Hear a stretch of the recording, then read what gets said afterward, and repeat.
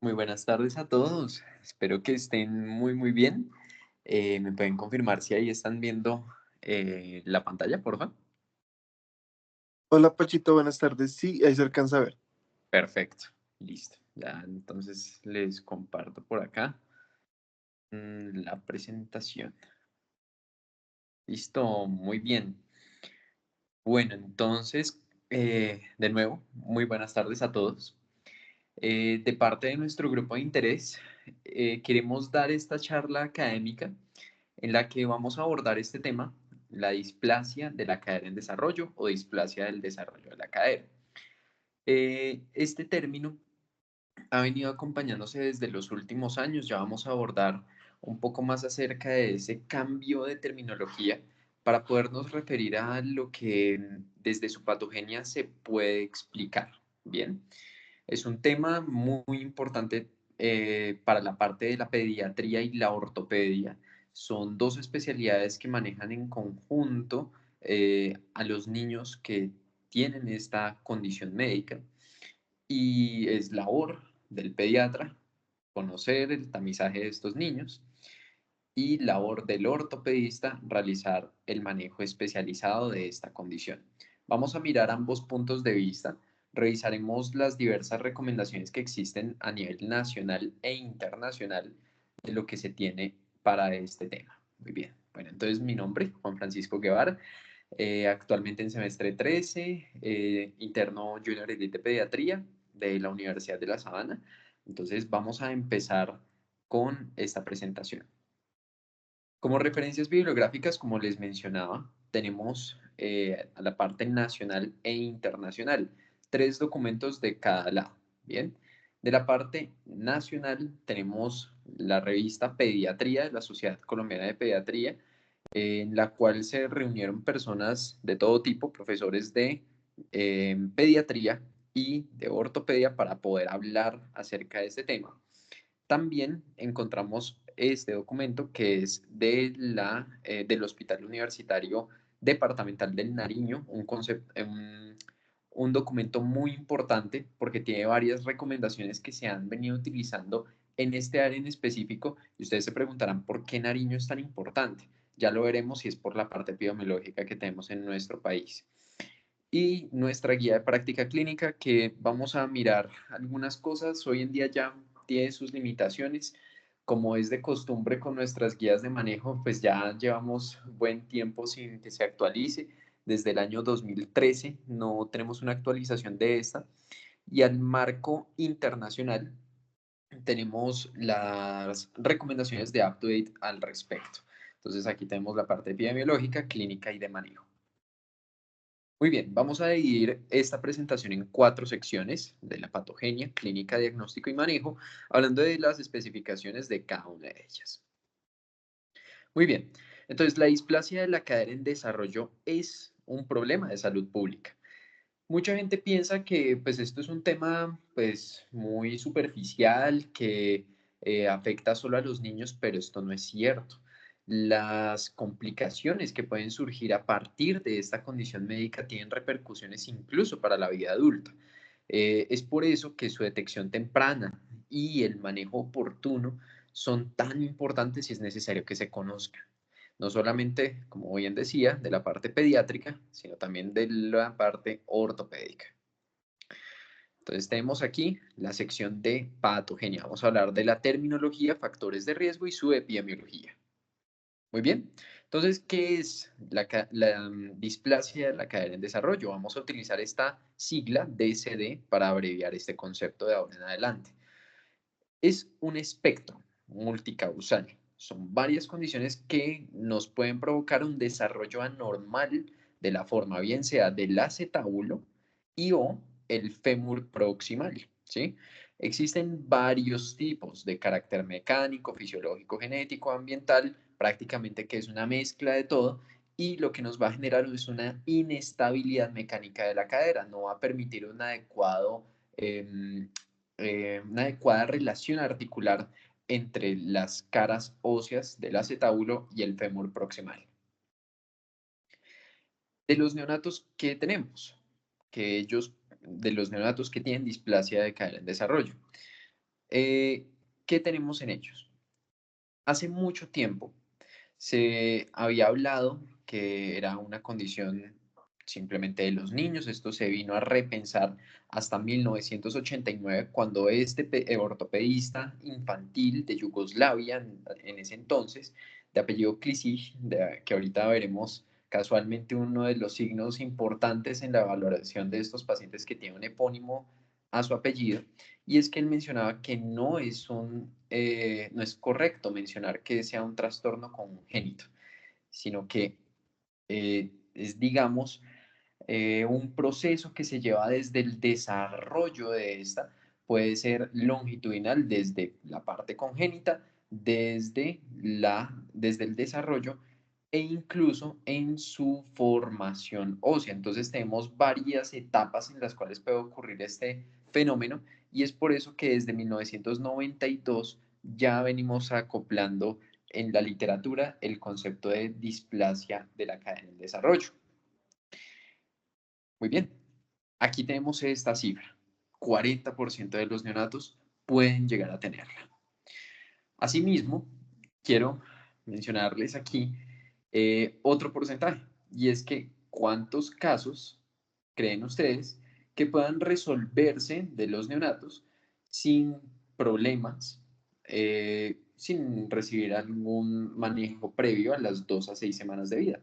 O sea, digamos, de todos los neonatos o casos que se tienen al momento del diagnóstico, ¿cuántos creen que sin manejo podrían resolverse sin ningún problema las alteraciones que vengan de esta condición médica? ¿Cuántos casos creen? Que se den por sí solos, mejor dicho.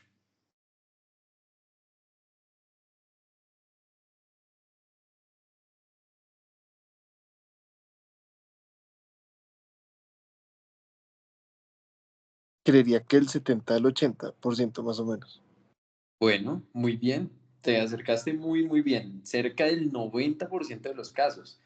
Eh, es increíble, pero como bien dicen algunas personas en pediatría, los bebés parecen de caucho. Y es porque así es. Los niños que no reciben manejo, incluso a las 2 a 6 semanas de vida, resuelven sin ningún problema esta condición médica. Por eso mismo, también se le ha disminuido su priorización en los procesos de salud. Pero si nos ponemos a pensar ese 10% restante, ¿qué? Muy bien.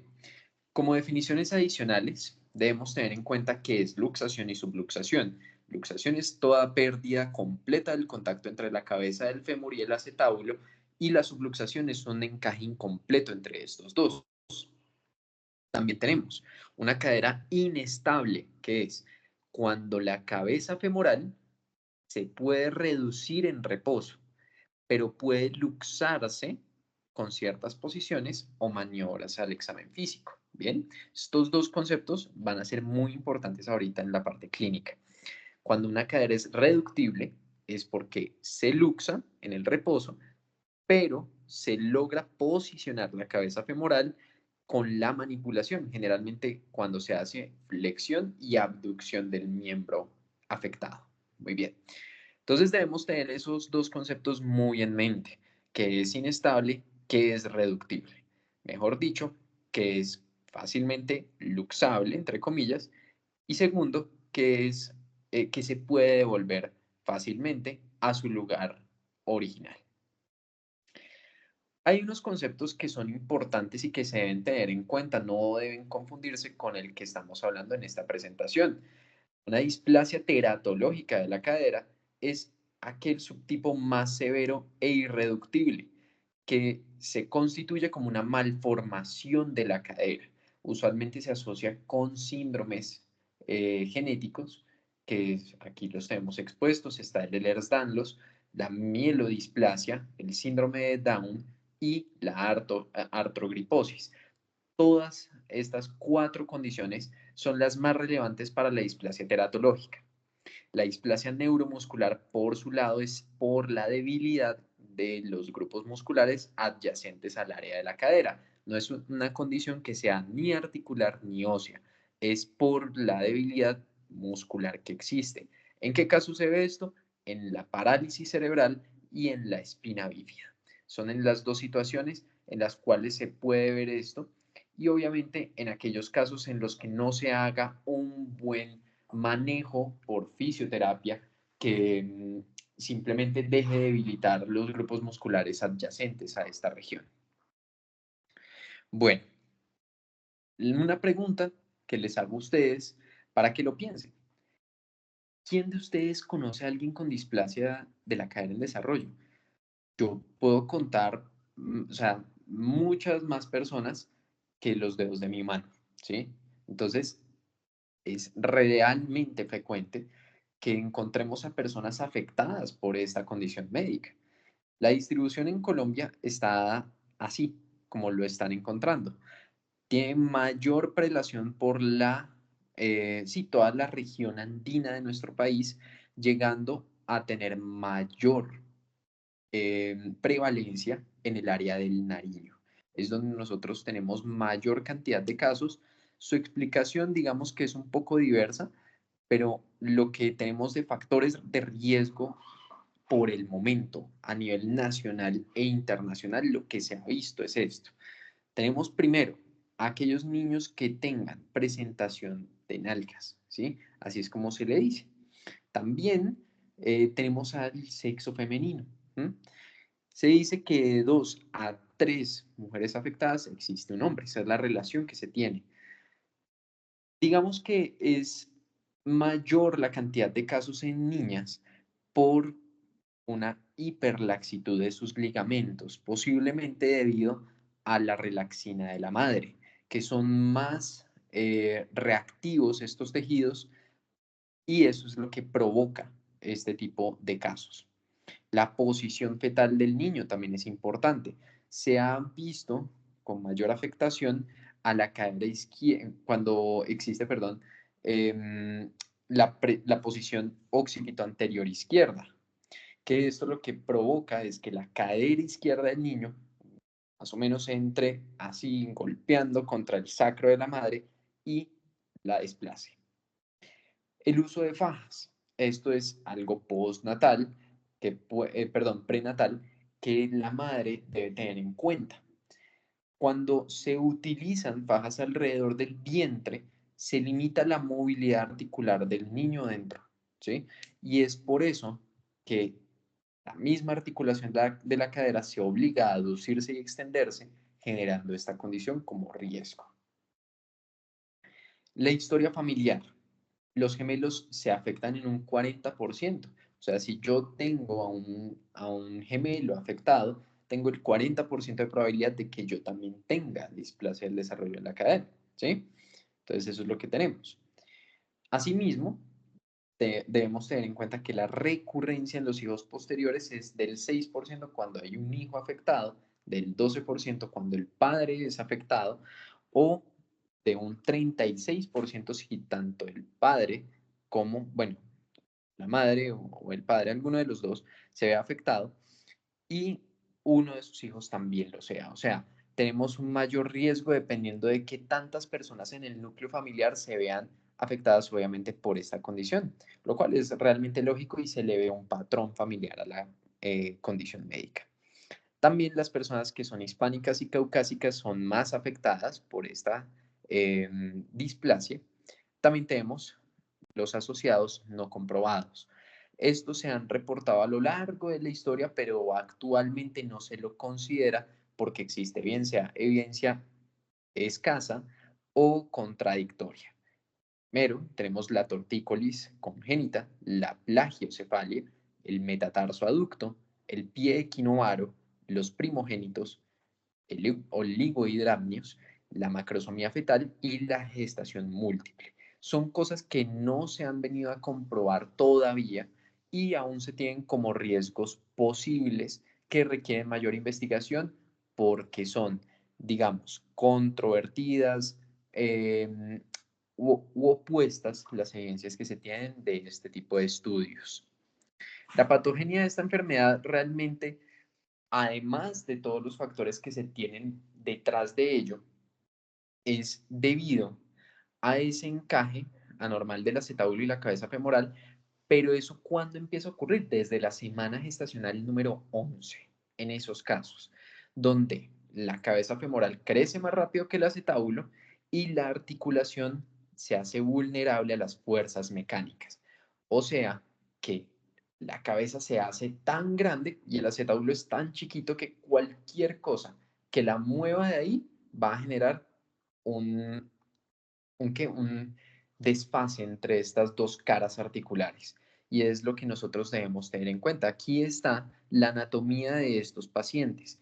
Tenemos cómo se desplaza la cabeza femoral de el acetábulo, se forma aquí un labrum invertido. Y es cómo sale esta proyección articular, generando una forma más o menos de una espina, con una hipertrofia tanto de los músculos adyacentes como de sus ligamentos. En este caso, el ligamento redondo y el iliosoas son los dos afectados por la parte ligamentaria como muscular. Eso es lo que nosotros tenemos. Esta es la anatomía de una cadera típicamente afectada por esta condición. Listo. A nivel clínico, nosotros, ¿qué tenemos? Nunca olvidar que entre más temprano se detecte esta condición médica, mejor será la efectividad y simplicidad del manejo para que el paciente tenga mejores resultados a futuro. Aquí tenemos una gran tabla en la que nos hablan de todos los hallazgos que uno podría utilizar dependiendo del rango etario del paciente para poder decir si existe o no esta condición. Entonces, primero que nada, como siempre, una historia clínica completa es necesaria, ¿sí? Una detección constante de los signos que vamos a exponer aquí en esta tabla eh, debe continuarse al menos hasta los 9 meses o cuando el niño camina independientemente. Desde ese momento, digamos que uno puede tener relativa tranquilidad a no ser que uno encuentre en su marcha anormalidades, ¿sí? Entonces, vamos a entrar a hablar de cada uno de estos signos para poderlos ir revisando de a pocos. Toca tener en cuenta que hay algunos que no son útiles para lo que se le llama la displasia bilateral, o sea, cuando las cabezas femorales están subluxadas o luxadas del acetábulo, y eso es lo que nosotros podríamos llegar a encontrar, pero hay algunos signos que no nos sirven en esos casos. Entonces, en el caso de los neonatos, hasta los 3 meses debemos evaluar los signos de Ortolani o Barlow. Ahorita los revisaremos con mayor detalle. Ellos son los que van a tratar de revisar lo que habíamos mencionado, el concepto de la cadera inestable. Segundo, estos signos nos sirven para los casos unilaterales y bilaterales. Los siguientes, para este grupo etario, no nos sirven para los casos bilaterales. ¿Y cuáles son? Tenemos aquí la asimetría de pliegues y también el signo de Galeazzi, ¿sí? También llamado signo de Alice-Galeazzi o el signo de Perkins, cualquiera de estos dos. Estos no son útiles cuando son casos unilaterales, porque claro, digamos que ambas caderas estén subluxadas o luxadas, los pliegues se verían de la misma manera en ambas y por eso no podríamos distinguir cuál cadera está afectada. Podríamos decir incluso que es un paciente sin displasia por el momento. Es por eso que es tan útil el hecho de utilizar los signos de Ortolani y Barlow. De los 3 meses al año de vida que tenemos, principal, la abducción de caderas a 90 grados de flexión. Esta es útil para casos uni y bilaterales. ¿Qué otro también nos sirve? Cuando nosotros tenemos, bueno, cuando observamos que existe anteversión femoral incrementada. Esto ya es algo que al modo de la consulta de pediatría al menos no es frecuente hacerse porque requiere ciertos instrumentos o, sí, digamos, instrumentos para poderse evaluar de una forma más estricta. Y es por eso que nosotros utilizamos más la parte de la abducción de la cadera, ¿sí? Cuando se vea limitada en alguna de los dos, de las dos caderas o en ambas, nosotros consideramos que el paciente tenga sospecha de hecho. Asimismo, llevamos los signos que se encontraban anteriormente de la simetría de pliegues y el signo de Galeazzi o signo de Alice-Galeazzi. También tenemos la prueba de Clichy, como les decía, el ortopedista infantil que acuñó este término en los años 80 en Yugoslavia, tiene su propio signo, ya lo veremos ahorita. Y después de que el niño empieza a caminar, nosotros tenemos ciertos signos que no nos gustan ver, porque eso quiere decir que el paciente no se le identificó previamente y tendrá mayores repercusiones en su manejo.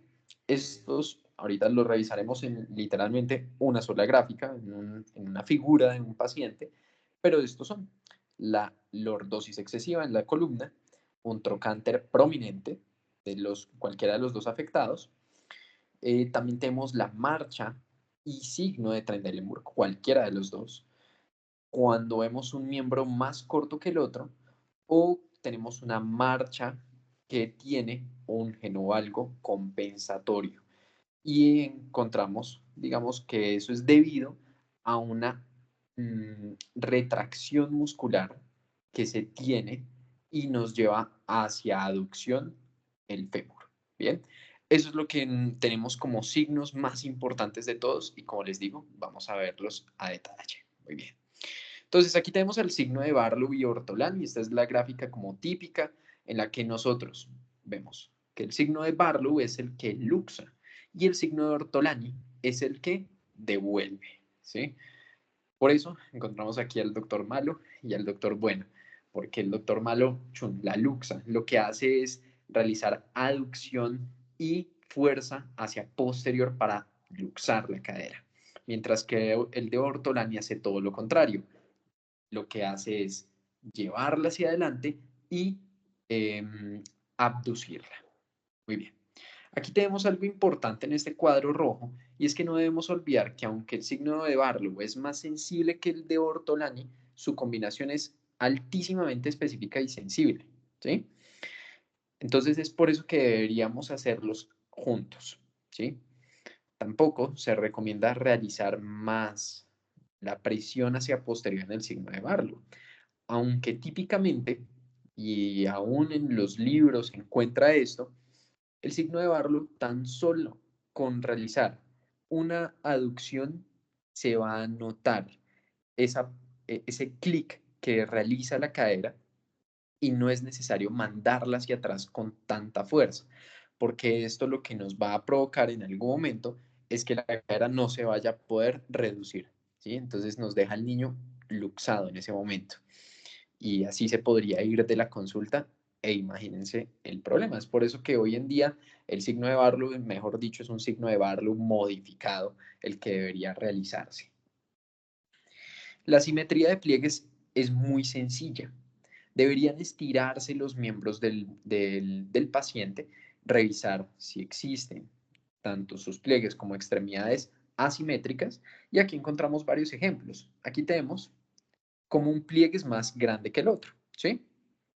Y aquí cuando ambos lo son.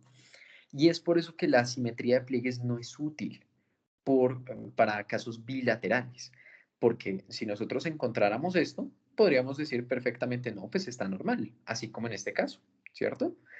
Pero si nosotros viéramos en este caso este pliegue así, nosotros diríamos, ah, bueno, el afectado entonces es el miembro inferior derecho, deberíamos revisarlo, como ocurre en este caso, donde la afección ocurre en el miembro que tiene los pliegues más amplios o que sean más cortos en longitud del miembro afectado.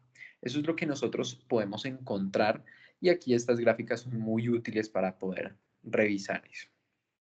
El signo de Alice-Galeazzi es muy sencillo también, en el cual nosotros colocamos a las piernas del paciente de esta manera. Lo que debería revisarse es que un miembro no esté más corto que el otro al nivel de la rodilla. Y eso es lo que nos va a marcar a nosotros cuál es el afectado. El que esté más corto es el que tendría una sospecha de displasia. Bien. Existen condiciones que podrían darnos un signo de Alice-Galeazzi, pero no son la displasia de la cadera en desarrollo. Entonces no es un signo específico, porque también ocurre en casos de cadera vara, como lo estamos viendo acá, que la cabeza femoral tiene una orientación más hacia esto, hacia el varo, y nos puede dar perfectamente una lisgaliasis positivo. La hemihipertrofia o la hipoplasia femoral son casos que también pueden darnos este signo como positivo. La limitación a la abducción, como les decía, esto es muy importante en nuestras consultas al menos, que no vienen siendo tan profundas en el uso de herramientas ortopédicas. En la parte pediátrica, el signo de abducción después de los 3 meses es muy bueno para poder revisar fácilmente a un niño que tenga una sospecha de esta condición. Entonces, como lo podemos ver, es que normalmente la abducción de la cadera sea de 75 grados, pero cuando viene siendo menor de 30 o 45 grados, llegamos a tener mayor sensibilidad y especificidad cada vez que se vea más afectado el grado de abducción. Esto es lo que nosotros tenemos normalmente. Hay un pico de mayor elasticidad de la cadera, digamos que pues eso viene a ocurrir cerca de los 7 a 9 años, donde se tiene mayor elasticidad en estas situaciones. Eso es algo muy importante porque eso nos quiere decir que los niños en estas situaciones, em, digamos que se van a ver mucho después afectada su marcha, y si no se identificó el signo de abducción tempranamente, debería tenerse eso en cuenta porque es un signo que debería hacerse siempre en la consulta de los niños, al menos entre los 3 a 12 meses. Bien, eso es algo importantísimo que toca tener presente. El signo de Clichy, lo que toca hacer es esto: revisar, eh, digamos como punto principal, el trocánter mayor de uno de los, sí, de alguno de los dos miembros inferiores del paciente, y compararlo con la espina ilíaca anterior superior. Entre estos dos puntos que se palpan, se realiza una línea imaginaria. La idea es que esa línea imaginaria pasara a través del ombligo. Si esto no llega a ocurrir y el ombligo sale para cualquiera de todos los lados que no sea ese, ahí tenemos una cadera que probablemente esté luxada. Ahí lo tenemos. Aquí está también la prueba de Trendelenburg o signo de Trendelenburg, en el cual el paciente sube uno de sus dos miembros y no debería verse este acto compensatorio hacia alguno de los lados.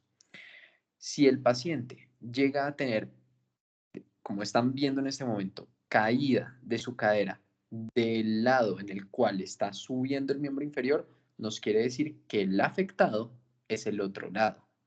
Y ese es el signo de Trendelenburg. Si nosotros tenemos esa caída, por ejemplo, aquí en este caso, el paciente tiene la caída de la cadera hacia la izquierda, por lo tanto, tenemos la afección en el grupo derecho. Bien, eso es lo que nosotros debemos tener presente. Y las consecuencias de no haber visto los signos previos de forma temprana nos va a dar a un niño con estas características, con una prueba de Clichy o signo de Clichy positivo, como lo hicimos ahorita en el ejemplo gráfico, la lordosis, que se encuentra de forma excesiva, el ensanchamiento de la longitud del perineo, como encontramos acá, entre ambos miembros inferiores se aumenta esa distancia, y los miembros acortados. Eso es lo que debemos tener presente para que de una forma muy visual tengamos en cuenta aquellos niños que tengan sospecha de esta condición. Lo más importante de toda esta revisión es saber identificarla. Tenemos más datos, y es que debería realizarse búsqueda de los movimientos espontáneos de las cuatro extremidades, se debería evaluar la espasticidad, los rangos de movilidad de la columna cervical, disrafismos que puedan ocurrir y presencia del metatarso aducto, que es parte de los diferenciales de esta condición. Asimismo, la displasia de la cadera en desarrollo no va a retrasar el tiempo en el que el niño empiece a caminar. Eso es una cosa que a muchos padres les preocupa e incluso varias personas del personal de salud lo consideran aún, lo tienen en mente. Y es que la displasia limite la marcha o el inicio de la marcha, mejor dicho, del paciente. Y eso no es cierto. Raramente produce dolor o limitación para los niños. Ellos siguen y van a conseguir sus hitos del neurodesarrollo con normalidad, con completa normalidad. Y es por eso que puede pasar aún más desapercibida.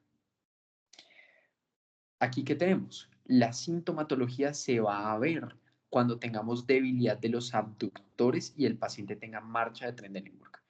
Cuando esto ocurra, tendremos una movilidad disfuncional, escoliosis, problemas de la rodilla ipsilateral, dolor y enfermedad ósea degenerativa progresiva de la cadera. Todo esto, ¿cuándo se va a terminar viendo? A los 40, 60 años. Entonces, no nos queremos dar cuenta de esta enfermedad hasta ese punto, ¿cierto? Porque ahí ya vendrán todos los manejos que ahorita veremos y eso es lo difícil de asimilar muchas veces y es que se vean aún casos en adultos de esta edad porque no se le hizo un ejercicio juicioso en la consulta de niño sano, cada uno de estos controles de signos físicos y tamizajes, como lo veremos ahorita, de la displasia. Bien, eso lo debemos tener presente. Bien, entonces, ¿cómo se realiza el diagnóstico? Porque hasta ahora, por la parte clínica, es mera sospecha. Ahorita vamos a revisar cómo se confirma, qué abordajes tenemos, las imágenes disponibles para esto y su cribado tamizaje. Muy bien. Entonces, aquí tenemos, como les venía diciendo, es una combinación de ambos de forma clínica y las imágenes cuando se tienen hallazgos inconclusos y factores de riesgos con examen físico normal. Muy bien. Las imágenes deberían tomarse cuando se tienen los siguientes factores de riesgo o cuando vemos que a pesar del riesgo de luxación se reduce en gran medida si la evaluación es normal. Varias sociedades han tratado de proponer ciertas recomendaciones. Aquí quise como tenerlas todas en una sola y poderlas revisar ampliamente. Entonces tenemos aquí de la Academia Americana de Ortopedia, ¿sí? Aquí tenemos que la presentación de nalgas es importante y más aún cuando ocurren las 34 semanas gestacionales o más. Esto viene siendo soportado también por el Colegio Americano de Radiología y la Academia Americana de Pediatría. La historia familiar de la displasia de la cadera en desarrollo, incluyendo los casos que se tengan de reemplazo de cadera por displasia antes de los 40 años en parientes cercanos. También tenemos a la historia e inestabilidad clínica de la cadera en el examen físico, y los siguientes dos están dados por la Academia Americana de Pediatría y no las otras dos sociedades. Y es la presencia de faja apretada en las extremidades inferiores y la preocupación del cuidador, ¿sí?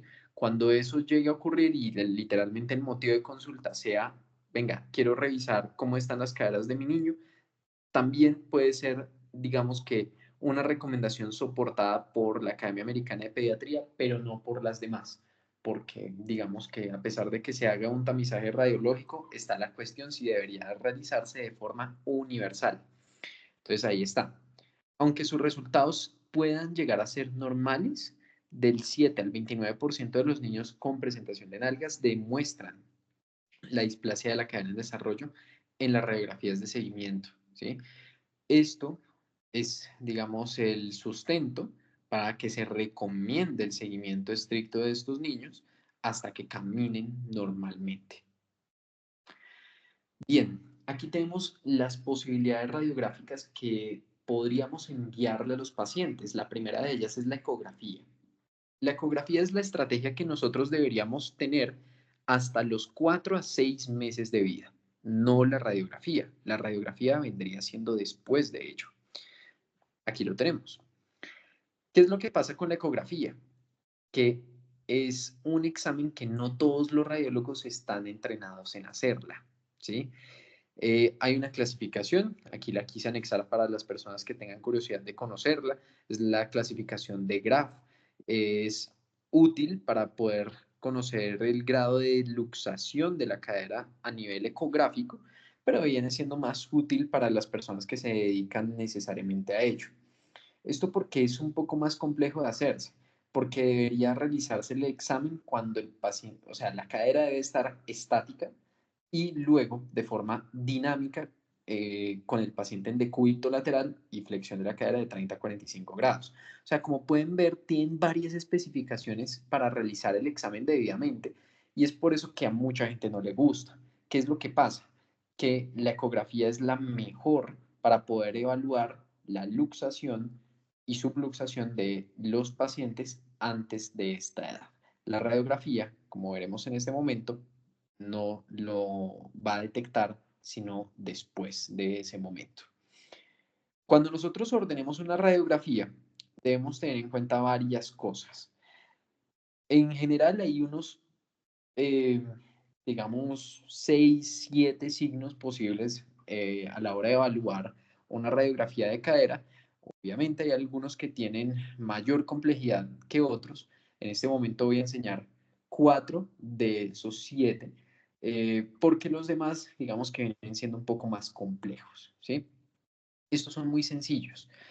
La idea es que nosotros tracemos las famosas líneas de Perkins y la línea de Hilgen-Reiner, ¿sí? La línea de Hilgen-Reiner es una línea horizontal que va entre los cartílagos trirradiados por encima de ese borde del cartílago trirradiado. ¿Eso dónde se ubica? Aquí donde tenemos a la cabeza femoral, en esta sección,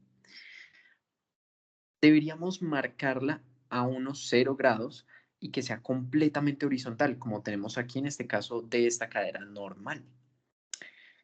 Y las líneas de Perkins, lo que deberían realizarse es en el margen del acetábulo trazarse una línea completamente vertical, que entre ellas dos generen un ángulo de 90 grados y se puedan evaluar en 4 cuadrantes toda la radiografía. Muy bien, eso es lo que nosotros tenemos. Después de haber hecho eso, nosotros debemos evaluar las líneas de Shenton. ¿Qué es eso? La continuidad entre el margen de la cabeza femoral y el agujero obturador, que es lo que nosotros tenemos aquí. Esta línea continua es una línea de Shenton normal y cuando esa relación se rompe, digamos así, la cadera definitivamente está afectada, ¿sí? Como lo vemos en este caso del lado izquierdo. Ese corazoncito que ven ahí es una protección de plomo que se le coloca a los niños a la hora de realizar este examen para la protección genital. En este caso, pues es la protección ovárica. Y también tenemos el índice acetabular. Entonces, primer signo que debemos tener en mente, las líneas de Shenton. El segundo, el índice acetabular. Ya vamos a mirar según el rango etario del paciente cuánto viene siendo un índice acetabular normal. Lo que se tiene es que con la línea de Hilgen-Reiner debemos trazar el ángulo cero, mejor dicho. Luego debemos trazar una línea que vaya de esta manera a través de toda la cara articular del acetábulo entre un margen y el otro. En ese momento, nosotros vamos a tener un ángulo entre esa línea y la que habíamos trazado inicialmente, que es la línea H o el Hilgen-Reiner. Nosotros evaluamos cuánto es ese ángulo, ¿sí? Se puede utilizar literalmente un transportador, se puede revisar perfectamente encima de la radiografía, incluso los sistemas de los hospitales ya permiten evaluarlo de una forma más sencilla. La idea es que nosotros sepamos cuándo es un índice acetabular anormal.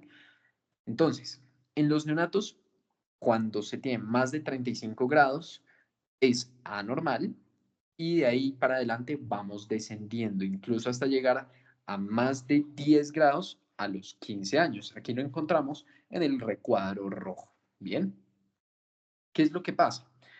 Nosotros deberíamos conocer eh, de forma muy sencilla este otro signo, el índice acetabular, porque es muy confiable, ¿sí?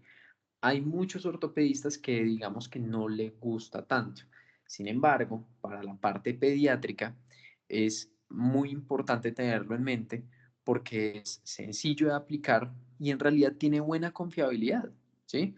Es más por cuestión de gustos que no se le ha dado la relevancia que se tiene, pero hoy en día, digamos que junto a las líneas de Shenton es cosa importante por tener en cuenta.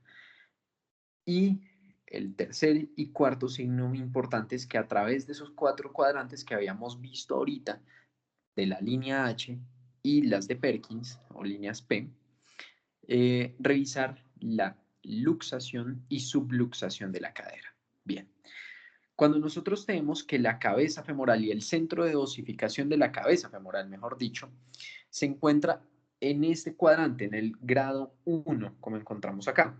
Es una cadera que realmente está normalmente posicionada. En el grado 2 es cuando nosotros tenemos una cadera subluxada, ¿sí? Que se encuentra en este cuadrante, como lo estamos viendo, ¿sí? Siendo la línea horizontal, la H, y la vertical, la P ipsilateral de este caso. El grado 3 es algo muy similar, como lo estábamos viendo ahorita, sigue siendo una subluxación y cuando ocupa este cuadrante superior derecho es una luxación de la cadera. Entonces tenemos la acumulación de cuatro signos muy sencillos que podría evaluar un médico general, que podría mirar un pediatra normalmente, y son esos, las líneas de Shenton, el índice acetabular y cómo identificar a partir de los cuadrantes una subluxación y una luxación de la cadera. Eso lo tenemos. ¿Qué es lo que pasa? Lo que habíamos visto ahorita, la radiografía es útil luego de los 4 a 6 meses de vida. La razón es porque estas afectaciones en la cadera no se van a ver bien antes de este grupo etario, ¿sí? ¿Cómo debería hacerse esta imagen? Es una toma única anterior a posterior con una flexión de 20 a 30 grados de la cadera, ¿sí? Eso es lo que nosotros debemos tener en mente, ¿sí? Como les decía, esto es simplemente para ubicar la posición, la porción osificada de la cabeza femoral con respecto a los cuadrantes que trazamos previamente. También existen otros signos posibles a nivel radiográfico que se pueden tener en mente y es la apariencia retardada o la asimetría de los núcleos femorales, es decir, que se vea uno más pequeño que el otro. Ese es otro signo importante para tener en cuenta. La gota de lágrima en el desarrollo acetabular debería verse perfectamente, bien remarcada, pero esto normalmente debería verse cerca de los 2 años de vida y por eso viene siendo un signo más bien tardío.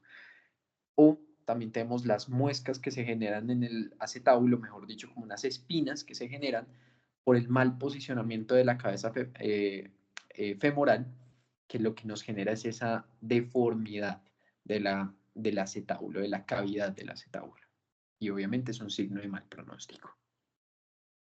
Aquí tenemos entonces en resumen todo lo que vimos acerca de la radiografía, cómo va subiendo ese centro de osificación de la cabeza femoral hacia el cuadrante superior derecho, generando finalmente una luxación de la cadera, ¿sí? Y cómo podemos incluso ver aquí el acetábulo remarcado, muy bien puestecito, y aquí ese mayor grado de radiopacidad, ¿sí?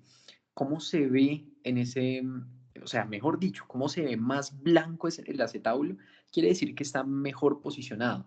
Y cada vez que nos vamos alejando de él y finalmente la cadera se luxa, va a irse disminuyendo esa radiopacidad del acetábulo, ¿sí? Eso es lo que son signos que son más visuales y no estandarizados, digámoslo así, pero es muy útil tenerlo presente. Ya para llegar a repercusiones de que se vean muescas y demás en la cavidad del acetábulo, viene siendo más extraño, pero toca tenerlas en mente por si se llegan a identificar. Listo. Y entonces, aquí tenemos finalmente cómo se ve la displasia de la cadera en desarrollo. Cuando esto no se identifica de forma oportuna, tendríamos la formación de acetábulos secundarios, como lo encontramos acá. El acetábulo inicialmente estaba más abajo, como lo encontramos en la cadera derecha, ¿sí? En este caso, la cadera izquierda ya está generando una nueva cavidad, ¿sí? Y próximamente, muy probable, va a generar una muesca, va a generar de todo tipo de deformidades en la cavidad acetabular y eso es lo que no nos gusta para nada, ¿sí? Y aquí tenemos a los casos un poco extraños, porque pues aunque sí sean del 27 al 30% de los casos, no es realmente frecuente que nosotros lo veamos en nuestro medio, ¿sí? Y es la documentación de casos bilaterales, ¿sí?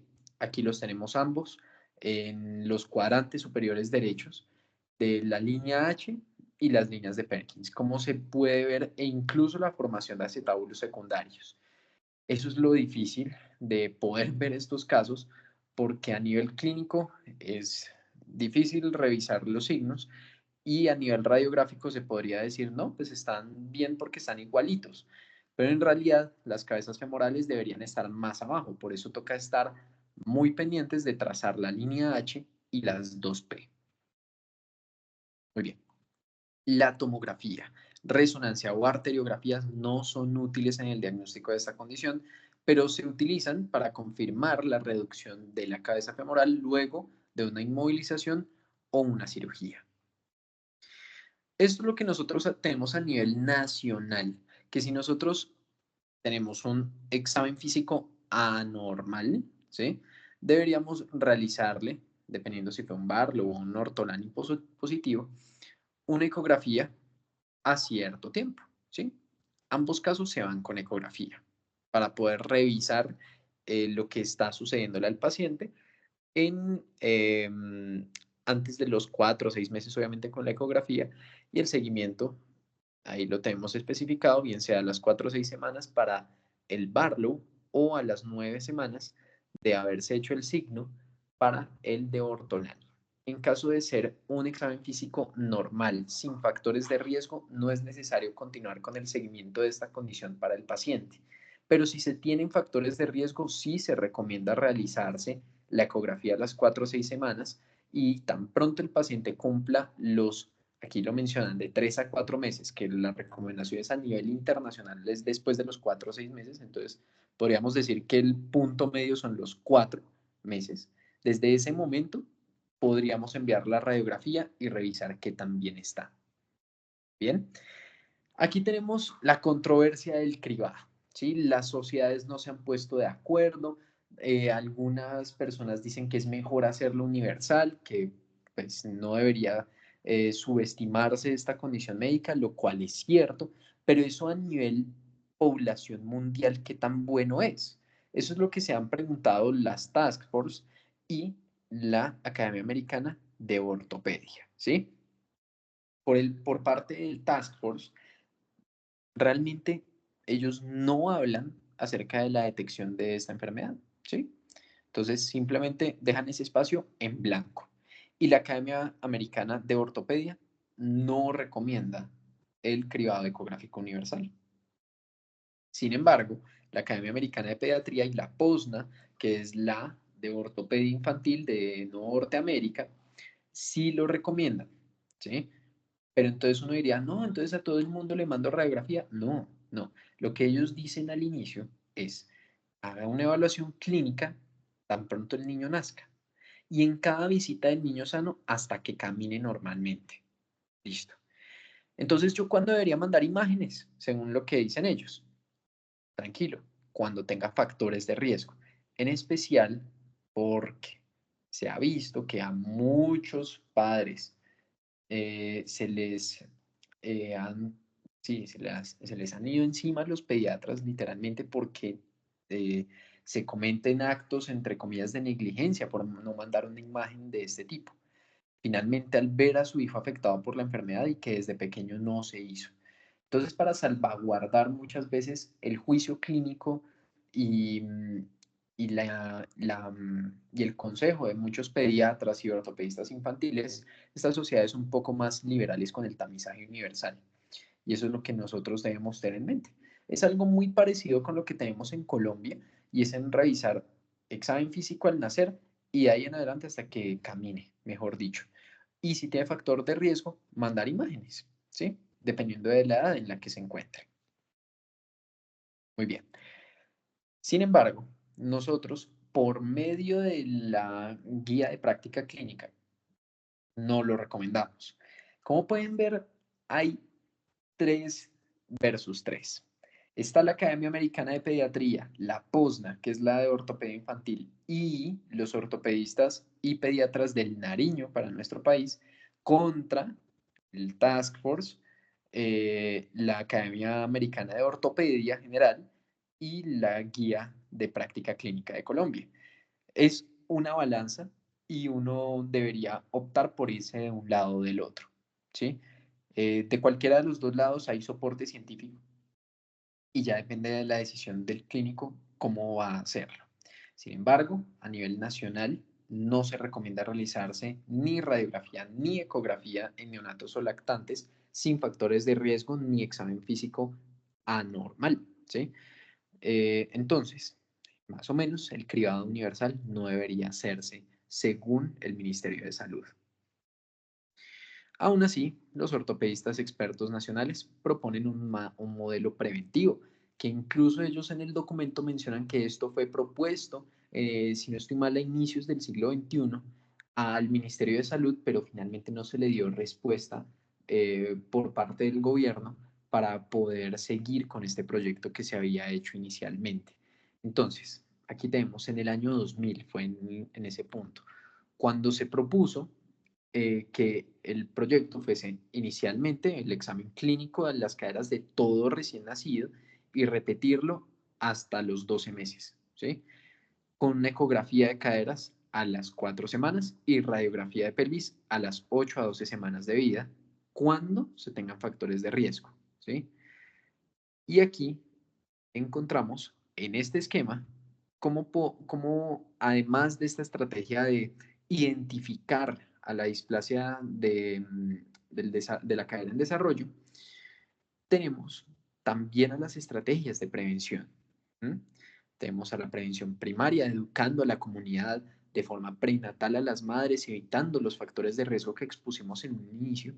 Y si se tienen los factores de riesgo, por ejemplo, nuestra población es hispana, por lo tanto toca tener mayor precaución, ¿sí? Ese es uno de tantos factores de riesgo de los que vimos inicialmente. La prevención secundaria, los programas de tamizaje, que ahí es donde viene a entrar este proyecto. Y la prevención terciaria es cuando se tratan de prevenir las secuelas y complicaciones. Todo este proyecto muy bonito se propuso, pero finalmente no se tuvo respuesta del Ministerio de Salud en ese momento y hasta el día de hoy tampoco. Lastimosamente, pues eso pasó así. Y como les digo, está esa balanza de recomendaciones entre el sí, hágalo, y entre el no, no es necesario. Entonces, eso es lo que tenemos. El manejo, ¿cuál viene siendo toda esa estrategia terapéutica, los resultados y pronóstico de estos niños? El objetivo de todo este campo es obtener y mantener una reducción concéntrica de la cadera para que el acetábulo y la cabeza femoral se alineen y terminen acoplándose entre sí para que se prevenga la osteoartritis temprana del adulto. Ujú. Todos los casos de menores de 6 meses deberían tener el arnés de Pavlik, ¿sí? Aquí en esta presentación, cuando puedan revisarlo, existe un video que estaba en la próxima diapositiva de cómo se coloca un arnés de Pavlik, ¿sí? Estas son las especificaciones de los ángulos en los cuales se coloca la cadera con este dispositivo y mantiene la reducción en el 95% de los casos. Es prácticamente una estrategia curativa de la enfermedad para aquellos que se vean afectados antes de los 6 meses. El control debería realizarse cada semana con ecografía o radiografía y si no responde, se debería continuar con una reducción cerrada bajo anestesia y después de que eso no llegue a solucionarse con la reducción cerrada, que obviamente esto debería hacerse por un ortopedista infantil, se tienen las tenotomías y las espicas pelvipédicas. Este es el video que les digo del arnés de Pavlik. Y aquí, entonces, Se los coloco un momento para que podamos revisar aquí fácilmente cómo es que se coloca el arnés de Pavlik. Entonces, primero es poder armarlo, ¿sí? Ellos usualmente vienen pues así desarmados. Se abraza al niño con el dispositivo y debe quedar pues con un margen de seguridad para no apretar por completo el tórax del pequeño. Aquí las tiras, como si fuese un overol, se colocan cada una de las dos cintas por los miembros superiores. Como pueden ver, es un niño súper pequeño. La razón es porque es en menores de 6 meses. Y ahora, para ajustar las que se encuentran en los miembros inferiores, ¿cómo se realiza? Es prácticamente como una forma de bota que se tiene. Eso. Entonces ahí lo abren, se coloca en el miembro inferior, como si fuesen las ortesis de los adultos. Bien, veamos acá. Y aquí se deben alinear las caderas prácticamente a una flexión de 90 a 110 grados. Y se ajustan con las correas que se tienen en la cinta torácica. Se deben ajustar anterior y posterior. Y bien, ese es el arnés de Pavlik, la estrategia terapéutica de esta edad. Muy bien. Después de este momento, hasta los 17 meses de vida, se utiliza la férula de Milgram, que es literalmente este dispositivo de inmovilización que viene con muñequitos, que también se ve, bueno, aquí está el otro que es el inmovilizador de Atlanta, que es otro tipo, digamos, de férula de Milgram número 2, mejor dicho, que aunque sean seguros hasta los 3 años, se viene recomendando hasta los 17 meses, ¿sí? Después de que esto se lleve con seguimiento radiográfico y no solucione, el camino es el mismo. La reducción cerrada o abierta, las tenotomías o las espicas pelvipédicas. Este es el manejo que se ofrece a nivel internacional y lo recomendado para nivel nacional, es lo que se tiene. Y eso lo debemos tener ahí en mente. Luego de los 18 meses, ahí se complica un poco la cosa. Tenemos, como pueden ver, un margen muy pequeño para poder hacer estrategias no invasivas hasta los 18 meses. Se debería evaluar riesgo-beneficio. Realmente casi que estos niños tienen la posibilidad de generar osteonecrosis, crecimiento anómalo del fémur proximal, reintervención debido a las cirugías que se realicen. Sin embargo, eh, casi que siempre que se identifica estos casos, se realiza con toda la esperanza del mundo con manejos conservadores. Sin embargo, y eso es lo que han visto los estudios, no tienen buenos resultados ya después de los 18 meses y es por eso que es mejor recomendarse desde un inicio las osteotomías acetabulares, ¿sí? Que es lo que estamos encontrando aquí en pantalla, ¿sí? En mayores de 5 años no se recomienda la remodelación acetabular, ¿sí? Se prefiere de nuevo la osteotomía y dependiendo pues ya del caso, toca revisar los seguimientos radiográficos que se tengan por el debido profesional de ortopedia. Se dice que la mayor cantidad de casos de complicaciones se tienen a los 8 años para casos bilaterales y de 9 a 10 años para los unilaterales. Entonces, mejor dicho, antes de esta edad de los 18 meses es lo mejor que se puede tener para estrategias terapéuticas y después de ello, idealmente antes de los 8 años, porque o si no, los niños van a verse más propensos a desarrollar complicaciones posoperatorias severas. Muy bien. También toca tener en mente que los familiares de primer y segundo grado de estos niños deberían tener tratamiento para la displasia de cadera en desarrollo en dado caso de que se les identifique, porque tienen mayor riesgo de una displasia acetabular oculta. Muy bien. El seguimiento de estos casos siempre deberían revisarse. No está muy bien estandarizado cada cuánto. Digamos, en las consultas de control se realiza al menos cada 6 meses. Revisar con radiografías cómo está el esqueleto madurando en el paciente. Y obviamente, cuando se tengan casos posoperatorios, ya se tienen más estrategias como las tomografías, resonancias y arteriografías para revisar la adecuada reducción de la cabeza femoral dentro del acetábulo o bien las remodelaciones acetabulares si se tienen. Y bien, entonces, usualmente tienen buenos resultados, a pesar de que se tenga la necesidad que a los 40 años cumplidos de estos pacientes, el 30% de los casos se nos vayan para artroplastias de cadera, ¿sí? Entonces es algo que obviamente da mucha lástima ver que si no se da una buena estrategia de identificación temprana, no se van a tener buenos resultados después. Los pacientes que se han visto que tienen mayor afectación por complicaciones debido a la enfermedad son los casos bilaterales, severos, los pacientes de sexo masculino y aquellos que no hayan tenido un buen desenlace posoperatorio. Muy bien, entonces, como conclusiones, quisiera decir que esta condición no debería ser eh, desconocida para el personal médico. Todos deberían instruirse en ello, saber cómo identificarla a nivel clínico.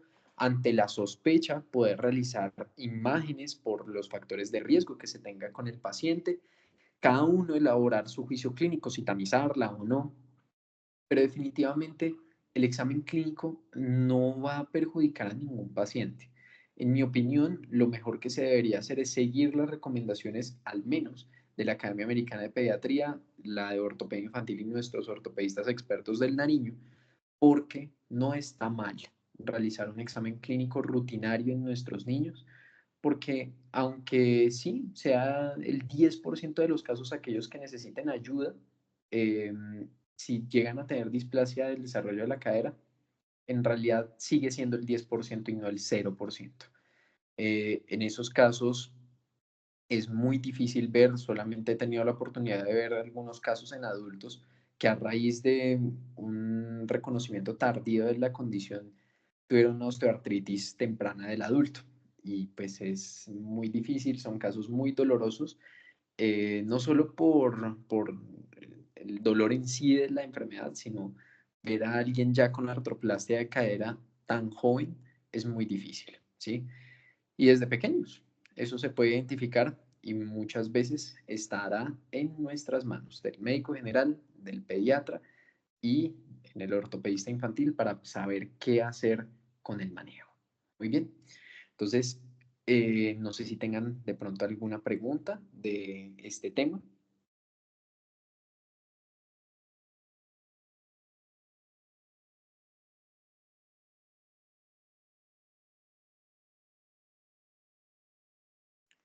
Sí, Mari, si quieres, cuéntame. No, Pacho, justo iba a reaccionar y se me fue la mano. Ah, bueno, perfecto, no hay problema, no hay problema. Y entonces, eso viene siendo, para que lo tengan en mente, no se olviden, las caderas son cosa seria en los niños y fácilmente explorables. Si no se tiene la experticia en hacer el Barlow y el Ortolani, para eso está la consulta de pediatría siempre, para, además de muñequear, mover ahí de pronto alguna cadera y quien quita que por ahí se encuentren con algún clic en una cadera. Entonces, para eso está. Y no se olviden de esta condición para los niños que muy probablemente necesitarán el seguimiento cuando sean adolescentes y futuros adultos, porque todo niño, a pesar de que haya tenido tratamiento oportuno, sí debería revisarse que haya tenido un buen acople entre la cabeza femoral y el acetábulo. Y de ahí en adelante, todo lo que venga después. Listo. Para aquellos interesados también en ortopedia y demás, mis respetos también por toda la parte quirúrgica de parte de nosotros. Sé que quienes les guste el tema y la parte pediátrica, haremos pues nuestro ejercicio juicioso para poder hacer la dirección terapéutica como se hace. Y listo. Muy bien. Muchísimas gracias a todos por asistir. y que tengan una feliz, bueno, ya tarde.